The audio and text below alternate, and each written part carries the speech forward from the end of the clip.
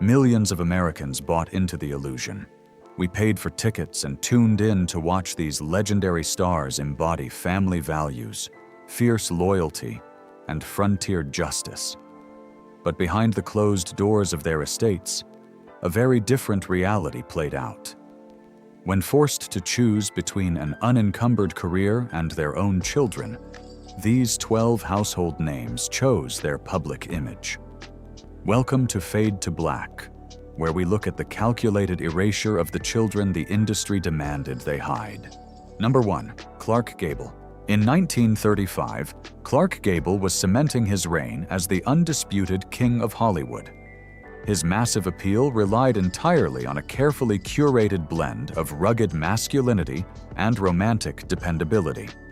Yet, during the freezing location shoots for The Call of the Wild, the studio machinery was already maneuvering to hide a reality that would have dismantled his box office dominance. Gable and his unmarried co-star, Loretta Young, conceived a child. In the era of the Hays Code and rigid morality clauses, a married leading man fathering a child out of wedlock wasn't just a PR headache. It was a breach of contract that could end a career overnight.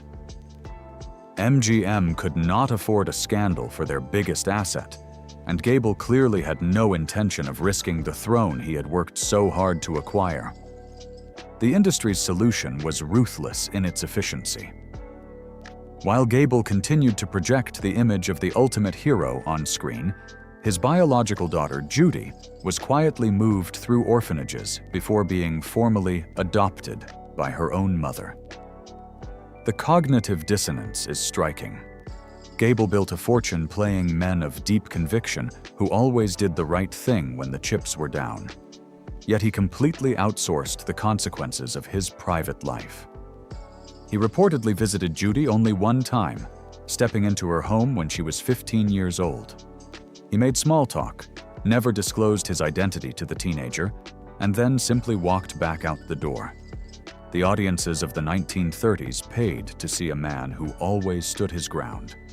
The reality was a highly pragmatic star who allowed the studio system to completely erase his flesh and blood from his public narrative, prioritizing a cinematic illusion over a very real child. Number 2. Loretta Young. Loretta Young was famous for sweeping into living rooms every week on The Loretta Young Show, always flawlessly dressed and projecting an aura of absolute moral clarity. Her entire Hollywood brand was anchored in devout Catholicism and wholesome virtue. Yet behind the glamorous gowns and pristine image lay the other half of the Clark Gable story, and an elaborate, lifelong deception. When Young discovered she was pregnant in 1935, she faced an industry that did not forgive. Her contract contained a strict morality clause. An out-of-wedlock birth would have triggered immediate financial and professional ruin. To survive, she engineered a solution that highlights the severe demands of the studio system. Young disappeared, gave birth in secret, and then placed her newborn daughter, Judy, into a Catholic orphanage. She allowed her own baby to remain in the system for over a year before orchestrating a highly publicized, staged adoption to bring her home. The level of compartmentalization is staggering. Young spent decades playing highly principled women on screen, while actively forcing her daughter to live inside a constructed lie. She even went as far as pinning back young Judy's ears to hide the distinct physical traits she inherited from Gable. Terrified the press might connect the dots, she successfully protected her lucrative status as an icon of mid-century American grace. But preserving that flawless facade required a permanent wall of denial. Young never admitted the facts to the public while she was alive, waiting until a posthumous, authorized biography to finally confirm the reality she had spent her entire existence hiding from her own child. Number 3. Jerry Lewis. For decades, Jerry Lewis was the undisputed champion of American children. Every Labor Day, he would stand before national television audiences, often in tears, raising millions of dollars for the Muscular Dystrophy Association. The phrase "Jerry's kids" became synonymous with his brand of boundless paternal empathy. But the man who broadcast his compassion for the world to see maintained a completely different standard for his own bloodline. During the height of his fame in the 1950s, Lewis had an affair resulting in a daughter named Susan. While he publicly cultivated the image of a devoted family man and humanitarian, Lewis entirely excised Susan from his life. He provided no financial support, no public acknowledgement, and no private relationship. The disparity between the beloved performer and the private man became increasingly stark over the decades. As Lewis continued to accept prestigious humanitarian awards and applause for his charity work, his biological daughter experienced severe financial instability, eventually documented living out of bags on the streets of Philadelphia. Despite DNA testing and direct media inquiries, Lewis maintained a wall of absolute silence, refusing to acknowledge her existence. He built a massive comedic empire and a philanthropic identity on the premise of protecting the vulnerable. Yet, he demonstrated a highly calculated capacity to permanently cut off his own child. It is a profound contradiction that a man who convinced an entire nation to care for strangers made sure his own daughter remained entirely outside the protective circle he built on television. Number 4. Audrey Meadows. As Alice Cramden on The Honeymooners, Audrey Meadows was the ultimate blue-collar American wife. She was tough, highly practical, and fiercely dedicated to her television household. When she passed away in 1996, the historical record seemed completely settled. She was a beloved sitcom pioneer who simply never had children. That certainty held for nearly 3 decades until a 2025 DNA test and a hidden 1959 birth certificate completely upended her biography. The revelation that Meadows had quietly given birth at the height of her television fame and subsequently concealed the child's existence highlights the extreme pressure of mid-century network television. In the late 1950s, sitcom actresses were not viewed merely as performers. They were highly controlled assets sold directly to conservative advertisers. A pregnancy that didn't fit neatly into a studio-approved narrative was an immediate professional liability. Faced with a choice between protecting her hard-won industry status and acknowledging her baby, Meadows chose absolute silence. The sheer logistics required to keep a birth entirely hidden from the relentless mid-century press required a staggering level of discipline and compartmentalization. She successfully maintained the illusion for her entire life, taking the secret to her grave. The paradox of Audrey Meadows is striking. Millions of viewers tuned in every week to watch a woman who demanded total honesty from her television husband. She was famous for piercing through deception with a single sharp look and a quick remark. Yet, away from the studio cameras, she engineered a lifelong evasion, prioritizing the preservation of her public identity over the acknowledgement of her own child. Number 5. Hugh O'Brian. During the late 1950s, Hugh O'Brian practically defined the American television hero, wearing a badge and a flat-brimmed hat to play the legendary lawman Wyatt Earp. He was sold to audiences as the ultimate embodiment of integrity, a straight-shooting symbol of frontier justice who never ran from a fight. Yet, when confronted with his own real-world responsibilities, the actor who made a fortune playing an honorable sheriff chose total evasion over accountability. In the late 1960s, a highly publicized paternity suit brought by photographer Adina Etkes confirmed that O'Brian had fathered a son, Hugh Jr. Even after a judge mandated child support, O'Brian exhibited a calculated level of detachment. He paid the legally required financial minimum, but absolutely refused to establish any personal relationship or offer any public acknowledgement of the boy.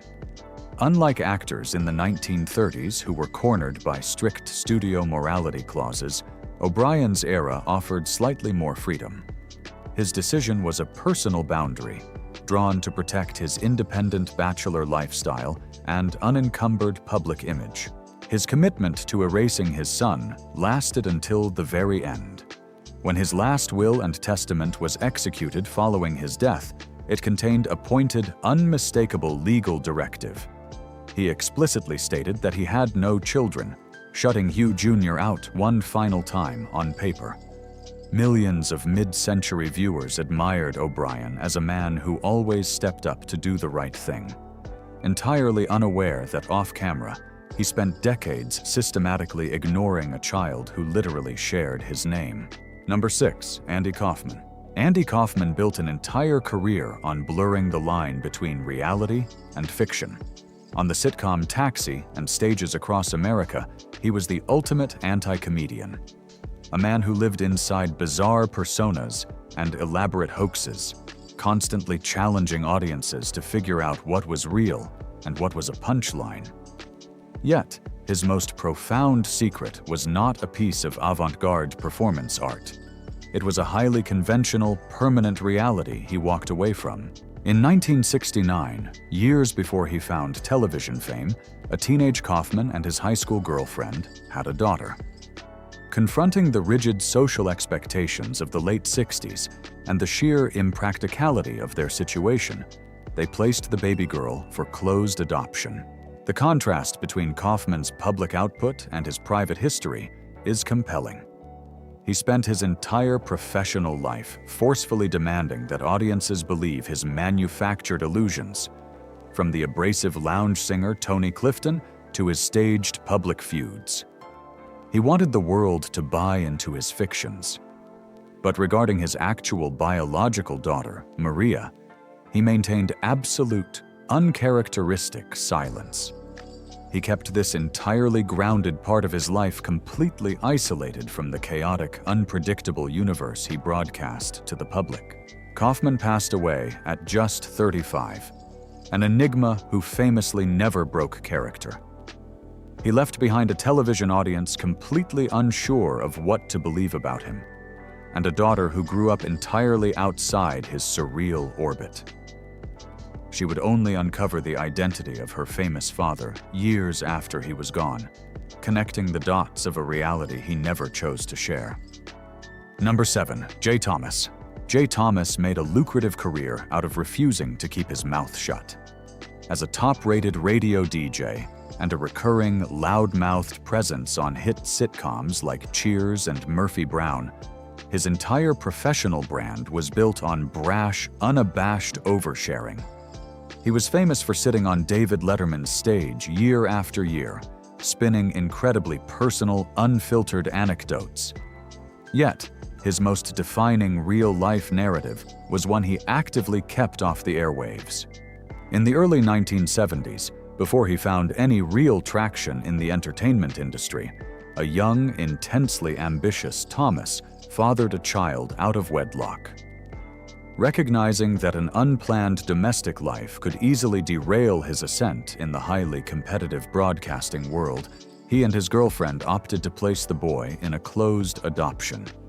He traded the immediate responsibilities of fatherhood for the unencumbered freedom required to chase stardom.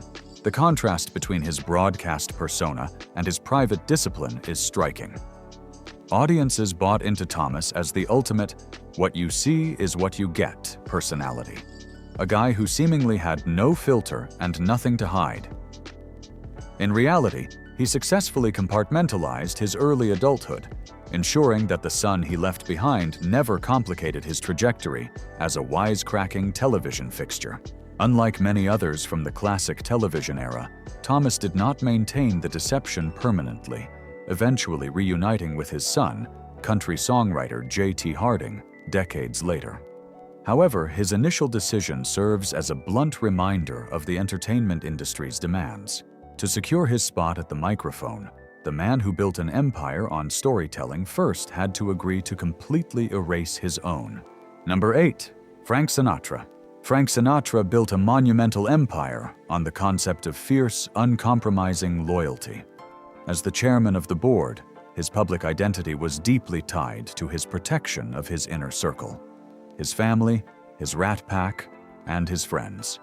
Yet, when an international affair threatened to complicate his carefully orchestrated comeback, that famous loyalty reached a hard limit. In 1956, following a brief relationship with European actress Eva Bartók, Bartók became pregnant. At the time, Sinatra was riding the massive success of an Academy Award win and re-establishing his absolute dominance over the American music and film industries. A transatlantic paternity scandal was an unscripted liability he simply refused to entertain. Instead of confronting the issue, he opted for complete distance. He left Bartók to manage the crisis entirely on her own, forcing her to legally name her then-husband as the father of the child, a girl named Dina. The contradiction is a stark one. Sinatra sold millions of records singing about taking responsibility, facing the music, and doing things his way. He was the ultimate cultural patriarch, a man who famously took care of his own. But that protective instinct was highly selective. While he openly celebrated his recognized children and folded them into his massive celebrity footprint, he never publicly acknowledged Dina. He maintained an impenetrable silence until his death. For a man whose entire legacy was built on the idea that he never backed away from a difficult situation, his absolute refusal to recognize this hidden daughter remains a glaring, highly calculated exception to the Sinatra code. Number 9. Eva Bartók. In the 1950s, Eva Bartók was marketed to international audiences as the absolute epitome of European elegance and cinematic romance. Yet behind the glamorous magazine spreads and leading roles alongside Hollywood heavyweights like Burt Lancaster and Dean Martin, Bartók was managing a highly pragmatic, high-stakes deception. During her heavily publicized marriage to German actor Kurt Jürgens, Bartók had an affair with Frank Sinatra, resulting in the birth of her daughter, Diana. Operating in an era where female stars were routinely discarded by studios for minor moral infractions, Bartók understood the undeniable math of her situation. An out-of-wedlock child with America's most powerful, legally married entertainer would instantly dismantle her bankability on both sides of the Atlantic. To secure her place in the industry, and to shield Sinatra's massive empire, she made a calculated professional choice. She legally named her husband, Jürgens, as the father, fabricating a seamless domestic reality to satisfy conservative press agents and studio executives. The contrast between her on-screen output and her private reality is sharp. Millions bought tickets to watch Bartók navigate passionate, authentic romances on film. Off-camera, however, she was locked into an exhausting, decades-long performance of stability, actively denying her own daughter the truth of her parentage to ensure her career survived. She maintained the fabricated cover story for nearly 4 decades. It was not until 1994, long after her status as a leading lady had faded, that Bartók finally went on the record to confirm Sinatra's paternity. She spent the absolute peak of her career selling emotional authenticity to the camera, while successfully orchestrating one of the era's most tightly guarded illusions behind it. Number 10. Freddie Mercury. Freddie Mercury commanded the world's largest stadiums with a theatrical, larger-than-life persona that demanded absolute attention. He was the ultimate flamboyant frontman, projecting total liberation and unapologetic visibility. Yet, behind the spectacular stagecraft and the multi-octave anthems, his private life was a fortress of tightly guarded secrecy. Recent controversial biographical accounts surfacing in 2026 have amplified highly debated claims that Mercury fathered a daughter named Bibi in 1976. While these allegations remain unverified and fiercely contested by rock historians, the persistence of the claim forces a different analytical lens onto his career. The narrative suggests a man who felt compelled to completely compartmentalize a child, placing her entirely outside of his chaotic orbit. During his peak, Mercury navigated one of the most aggressive, intrusive eras of the British tabloid press. He understood exactly how the media consumed and destroyed the people close to him. If the accounts of a hidden daughter hold true, it highlights a profound paradox. On stage, Mercury gave every ounce of himself to millions of strangers, holding absolutely nothing back. Offstage, he was capable of enforcing an ironclad silence, maintaining a permanent wall to ensure a portion of his reality remained completely untouched by the public eye. Whether this alleged evasion was a desperate measure to protect a child from the paparazzi, or a calculated move to preserve his unattached global rock star image, the debate itself underscores the ultimate contradiction of his life.